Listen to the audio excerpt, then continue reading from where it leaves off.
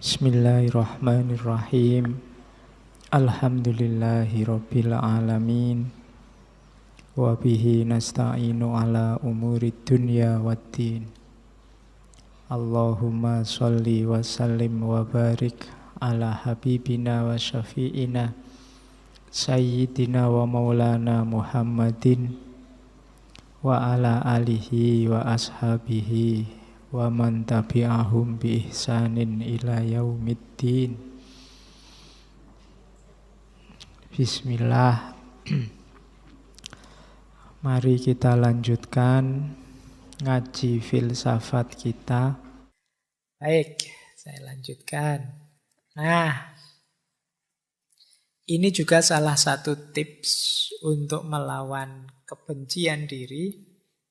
Jadi membenci diri itu nanti harus diganti dengan self-worth. Self-worth itu merasa diri berharga.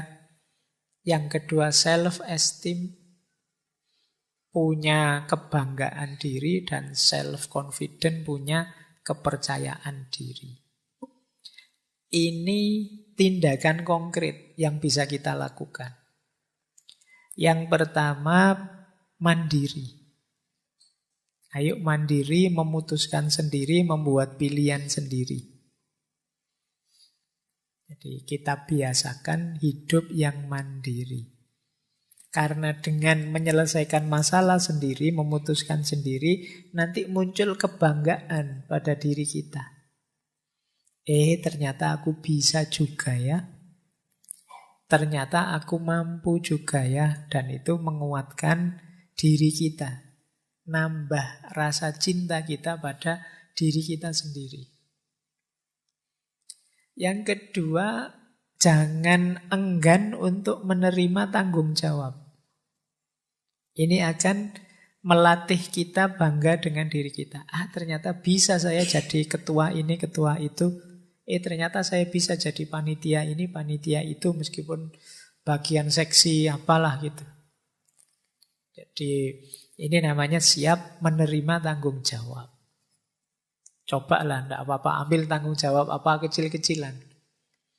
Mungkin bagian marketing apa itu, atau bagian pembantu apa itu. Coba ambil tanggung jawab. Pak, saya untuk ngaji filsafat ini saya bagian noto gelas ya, saya pokoknya tahu.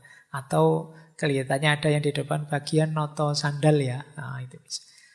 Atau saya ini melatih kebanggaan diri. Biar kamu sadar bahwa kamu bisa. Di kamar kos ini kita kan satu kamar berdua. Saya yang bertanggung jawab menyalakan lampu misalnya. Jadi kalau masuk kamar saya bagian nyalain lampu, kamu bagian ngepel, nyapu dan jadi ya sampai naik dhewe golek sing enak. Jadi ini namanya melatih diri. Ini melahirkan rasa bangga, merasa berharga. Saya itu orang, meskipun saya biasa-biasa gini Pak, saya itu cukup bernilai loh Pak. Prestasimu apa? Loh saya itu bertahun-tahun bagian nyalain lampu di kamar itu. Tidak ada yang seistiqomah saya menyalakan lampu misalnya. Loh itu kan kebanggaan. Jadi siap menerima tanggung jawab dan bangga dengan prestasi. Jadi saya bangga saya bisa ini, saya bangga saya bisa itu. Kemudian suka dengan tantangan baru. Nambah tantangan, kita bisa menaklukkan, kita tambah bangga dengan diri kita. Kemudian bisa tertawa, bisa nangis, mau teriak kalau memang jengkel, dan kalau memang ingin sayang, ya bilang sayang. Kalau memang itu spontan saja, tidak usah terlalu. Ini melatih kepekaan diri. Orang itu yang benci dirinya, orang minder itu mau tertawa saja mikir, saya mau ketawa ini lucu banget ini, tapi jangan-jangan temanku tersinggung, atau jangan-jangan tidak situ ketawa. Mau nangis juga begitu. Wah nanti tidak dianggap jantan saya nangis, tidak jadi nangis. Tidak. Ekspresikan saja. Kalau terharu ya nangis. Nonton sepak bola sambil nangis-nangis. Atau kalau Tidak apa-apa, mungkin jagomu kalah. Atau pas apalah gitu main. Tidak apa-apa. Tunjukkan ekspresi dirimu. Kalau kegulan ya sedih, kalau menang ya senang. Biasa saja, dinikmati saja. Tidak usah terlalu banyak mikir. Spontan saja. Nah itu membahagiakanmu. Jadi jiwamu longgar. Mau teriak-teriak saja. Meskipun jangan tengah malam. Sepi-sepi kamu nanti dicari tetanggamu. Ini ketawa-ketawa saja. Ya meskipun jangan lama-lama, jangan sendirian, jangan tengah malam, jangan nanti kamu diangkut ke RSJ sama tetanggamu. Jadi hidup yang nyaman, yang enak, kamu bisa menikmati. Dan yang terakhir, frustasi, stres itu biasa dalam hidup ini. Banyak tujuan yang tidak tercapai, tapi kita siap kok menghadapinya. Ini membuat kita bahagia. Jadi akhirnya kita merasa, oh ya meskipun aku ini orang biasa, tapi aku punya nilai, aku punya harga diri. Aku percaya diri untuk menghadapi hidupku. Baik. Saya lanjutkan biar utuh. Nah, sekarang kita lihat ada beberapa makna filosofi dari kebencian diri ini yang penting kita renungi. Kita awali dari filosofi-filosofi akarnya kebencian diri. Ada satu quote yang bunyinya begini. Jika mencari kesempurnaan adalah cara untuk membuktikan nilai kita, pada akhirnya pencarian itu hanya akan membuktikan ketidaksempurnaan kita. Mungkin dengan kata lain, kalau kita membuktikan diri dengan cara mengejar kesempurnaan, maka ketemunya pasti ketidaksempurnaan dan ini biasanya membuat kita kecewa. Yang bisa berkembang menjadi kebencian terhadap diri kita. Makanya ada yang bilang akarnya self-hatred itu antara lain cara berpikir yang perfeksionis. Kamu ingin perfect terus. Sementara hidup ini tidak perfect, termasuk diri kita juga tidak perfect. Akhirnya kita banyak kecewa, banyak mengeluh tentang diri kita. Kita tidak sadar, tidak ada manusia yang sempurna. Jadi ini akar yang paling awal. Biasanya kita kecewa dengan diri kita. Kenapa bisa kecewa? Cara berpikirnya perfeksionis. Sementara manusia yang perfect sama sekali itu tidak ada. Kalau kita perfeksionis, ya hidup kita akhirnya dari stres ke stres. Biasanya fokus kita hanya pada hal yang tidak beres di antara semua yang beres. 99% beres, tapi 1% tidak beres, ya satu ini yang jadi perhatian kita. Akar yang pertama itu. Akar yang kedua, kenapa orang bisa membenci dirinya sendiri? Ini saya ambil quote juga, yang bunyinya begini. Pesan-pesan yang diterima anak-anak kita dari gurunya, pelatihnya, dan meskipun dengan niat terbaik dari kita, dapat mendorong mereka ke arah kesombongan atau keputusasaan, ke arah pembenaran diri atau kebencian diri. Nah ini yang kedua ini, akarnya bisa dari lingkungan. Mungkin teori-teori, konsep-konsep, nasihat-nasihat yang masuk ke kepala kita dari lingkungan sekeliling kita. Yang membuat kita terus benci dengan diri kita. Ya misalnya tadi kita jadi, wah saya itu ternyata bukan anak soleh ya. wah ternyata saya itu bukan anak yang pinter ini, pinter itu ya, tidak seperti teman-teman ya. Itu sejak kecil terus muncul kebencian pada dirinya. Sampai di level dia putus asa dengan dirinya. Akhirnya terus banyak anak-anak yang nakal. Banyak anak-anak yang untuk menarik perhatian yang lain, dia melakukan hal-hal yang tidak kita inginkan. Karena sejak awal dia dibuat putus asa dengan dirinya oleh lingkungannya. Jadi mungkin dicap ini, dicap itu, dimarahi begini, dimarahi begitu ya. Akhirnya dia, ternyata aku ini tidak berharga, ternyata aku ini tidak penting, ternyata aku ini tidak bernilai. Sudahlah, wong aku tidak penting, tidak bernilai saja, rusak juga tidak apa-apa. Nah, yang kedua dari lingkungan, akarnya. Saya tidak tahu teman-teman yang muda-muda yang malam hari ini hadir, semoga tidak ada yang hasil cetakan lingkungan yang semacam itu. Kalau ada, ayo latihan kita bersihkan sendiri. Setiap manusia berharga. Setiap manusia bernilai, termasuk diri kalian. Tidak ada orang yang tidak bernilai.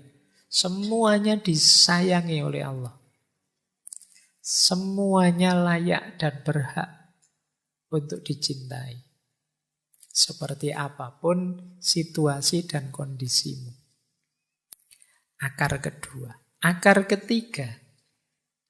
All hatred of others is a reflection of self-hatred. Kebencian kita pada yang lain itu adalah pantulan dari kebencian kita pada diri sendiri. Sebaliknya juga begitu, semua cinta kita pada yang lain itu pantulan dari cinta kita pada diri kita sendiri. Jadi akarnya apa? Timbal balik dari kebencian kita pada yang lain. Kalau kita benci orang lain, sebenarnya sebelumnya kita sudah benci diri kita sendiri. Ini ciri yang ketiga, ini akarnya memang jiwa kita, jiwa yang membenci. Mungkin karena kecewa dengan diri kita. Ada banyak hal yang tidak sesuai dengan keinginan kita. Akar yang keempat, tidak memaafkan diri sendiri sering menjadi akar dari kebencian diri yang ekstrim. Dan menjadi penghambat yang intens. Hampir tidak mungkin untuk benar-benar memulai kembali ketika kita merasa tidak dapat memaafkan. Jadi ayo kita bisalah memaafkan diri. Ya memang kita kadang-kadang keliru, kadang-kadang salah, kadang-kadang pilihan kita meleset. Tapi kan bukan berarti tidak bisa dimaafkan. Ya maafkanlah.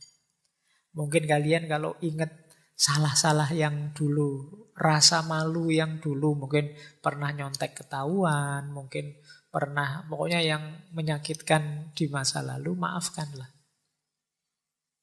Terimalah fakta itu, akuilah, maafkanlah, ya tentu saja kalau memungkinkan perbaikilah.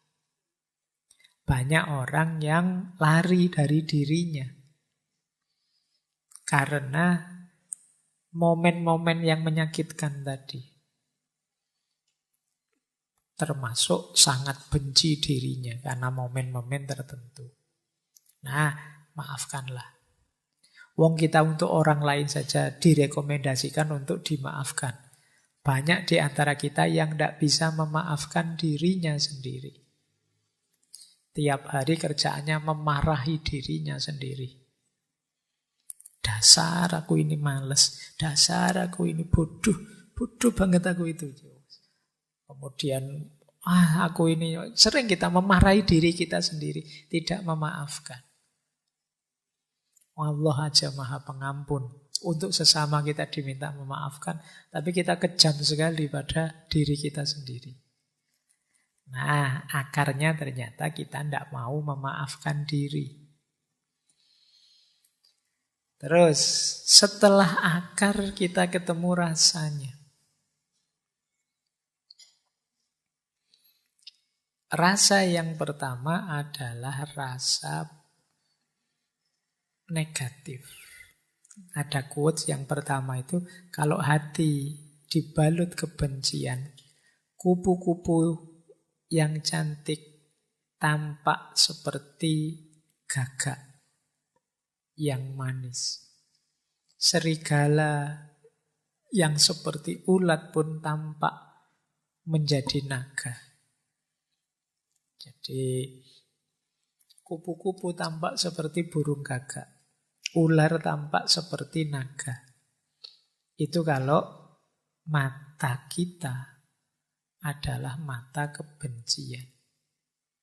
Melihat segala sesuatu jeleknya saja. Hari ini kan banyak tradisi kebencian yang hidup di sekitar kita. Lihat apa-apa, jeleknya saja. Kalau sudah mengidolakan seseorang, seolah-olah orang ini kaya malaikat ra iso salah. Kalau sudah membenci orang, seolah-olah orang ini iblis yang tidak mungkin benar.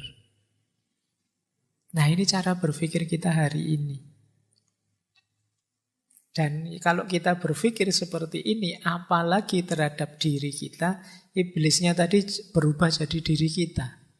Ndak ono bener iblis. Apalah saya itu, Pak? Ndak ada gunanya saya itu, Pak. Untuk apa sih, Pak, saya hidup ini itu? Rasanya seperti ini. Kalau kita benci pada diri kita. Maka ada quote yang kedua, kesalahan banyak orang hari ini adalah merasa malu tentang diri mereka, terus bohong dan berusaha menjadi orang lain. Tidak ngaku dirinya. Karena dia tidak menerima dirinya, dia tidak mengakui dirinya. Siapa aku yang seperti ini? Enggak, ini bukan saya kok, Pak. Saya enggak begini kok, Pak. Aslinya enggak tahu, sekarang kok begini. Saya dulu itu rajin loh, Pak. Kan sering mahasiswa itu kalau absenmu kok banyak semester ini. Aslinya saya itu rajin kok, Pak. Berarti sekarang kamu enggak asli lagi ya? Kamu sudah KW berapa sekarang? Orang sering tidak menerima dirinya sendiri, malu dengan dirinya. Akhirnya dia melarikan diri dari dirinya dengan cara apa? Berusaha menjadi orang lain. Nah, saya itu malu, Pak. Saya itu wajah saya agak keras gini, tapi saya sukanya kok musik-musik yang misalnya tradisional, musik itu loh, Pak. Terus dia merasa malu karena circle-nya musiknya beda. Akhirnya dia mengubah dirinya. Ikut selera musiknya temannya. Gayanya kayak menikmati, tapi tersiksa dia. Kenapa? Dia berusaha jadi orang lain. Biasanya nonton film kartun kok, wah ini sudah mahasiswa, tidak boleh katanya nonton kartun itu kan anak-anak. Kamu berusaha untuk tidak jadi anak-anak lagi, dan kamu nonton film apa lah gitu yang dan kamu tersiksa gara-gara itu. Yang terbayang di kepalamu kan tetap suka kartun. Mungkin ini kok disuruh nonton film superhero kayak gini. Saya itu bayangan saya film itu ya Doraemon apa itu misalnya.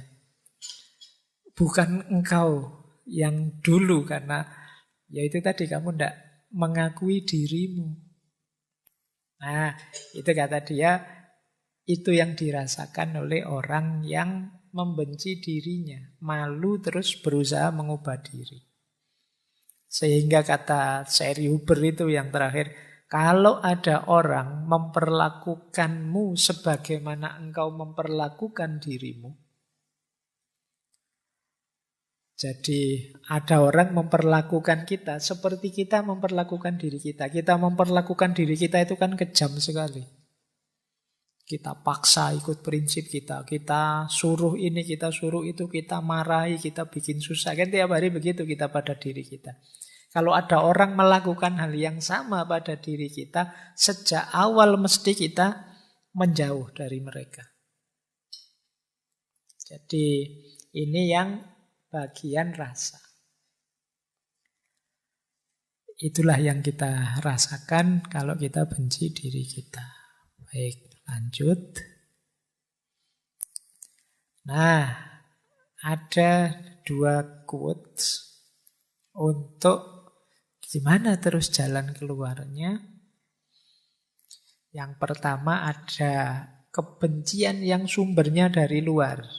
Kita benci diri kita karena pandangan orang lain, komentar orang lain, tuduhan orang lain, dan lain sebagainya. Maka yang pertama quote tadi bilang, caramu memikirkan diri sendiri menentukan duniamu. Engkau tidak terluka oleh cara berpikir orang lain tentangmu. Apa yang dipikirkan orang-orang itu adalah cermin bagaimana engkau memperlakukan dirimu sendiri. Jadi hidup kita itu ditentukan pikiran kita, bukan pikiran orang lain. Orang lain berpikir apapun tentang diri kita, tidak ngefek. Yang ngefek itu pikiran kita tentang diri kita. Dan yang dilakukan orang lain itu cermin kita memperlakukan diri kita. Kalau kita tiap hari memperlakukan diri kita seperti orang, dalam tanda petik, orang bodoh, misalnya, ya teman kita akan memperlakukan kita seperti itu. Kalau kita tiap hari pakai baju sobek-sobek kan, terus orang kalau mau ngasih kita baju kan, oh dia sukanya baju sobek-sobek, kita dibeliin baju sobek-sobek. Kita tadi teriak, dasar aku itu bodoh, aku itu memang tidak pinter aku. Teman kita kan juga begitu, dasar kamu bodoh. Dia melanjutkan kita saja. Apa yang kita lakukan pada diri kita, ya itu yang mereka lakukan pada diri kita, ya mereka niru kita. Kalau gaya kita gaya tiap hari kita menyusahkan diri kita, misalnya tiap hari kita ke kampus jalan kaki, lari dan lain sebagainya, ya teman kita memperlakukan kita sebagai seorang pelari, seorang pejalan kaki. Kalau kita jadi orang yang lucu, banyak ketawa, ya teman kita memperlakukan kita sebagai orang yang lucu. Jadi treatment kita pada diri kita, ya imbasnya treatment orang lain pada diri kita. Jadi yang awal ya kita, bukan orang lain. Jadi jangan disalahkan orang lain. Kita sendiri yang merancangnya begitu. Terus, nah makanya terakhir Mabel Iku itu menasehati kita, yuk kalau bisa yuk berteman dengan diri kita sendiri. Sejak tadi kan kita benci terus dengan diri kita. Masa enggak bisa sih berteman dengan diri kita? Nanti pulang dari sini boleh nyari kaca di kamar itu terus, wah kamu temanku ya, kamu baik-baik ya, ngono. Tapi sendirian saja, jangan ada orang. Nanti kalau ada orang kamu dianggap iki waras maupun enggak anak ini. Coba kamu ajak ngobrol temanmu tadi, dirimu sendiri. Maunya apa sih, senengnya gimana sih, asiknya gimana sih, biar akrab. Karena kemarin-kemarin kita banyak sekali tema untuk menyadari diri, mengenali diri. Yaitu sederhananya kita berteman dengan diri kita pahami dia, kita cari apa maunya, kita selidiki bentuk yang dia inginkan dalam hidup ini dan lain sebagainya. Sehingga kita bisa, oh ternyata aku ini tersiksa kalau begini, nyaman kalau begitu. Nah, itu terus kalian bisa membahagiakan dia. Membahagiakan dia berarti membahagiakan dirimu sendiri. Aku tersiksa kalau ngajinya panjang gini Pak. Oh ya berarti sesuk setengah saja ngajinya. Terus kalau sudah capek mundur sambil tiduran juga boleh. Atau wah saya kalau dipotong-potong tidak tuntas Pak, enaknya yang ini. Coba kamu pahami dirimu. Enaknya bagaimana? Terus kamu turuti. Tidak harus selalu ikut orang lain. Wah saya yang lain ke sana, ya saya ke sana. Tidak. Coba kamu pahami, kamu baca, kamu ikuti maunya. Biar kamu bahagia. Ini yang disebut berteman dengan diri kita sendiri.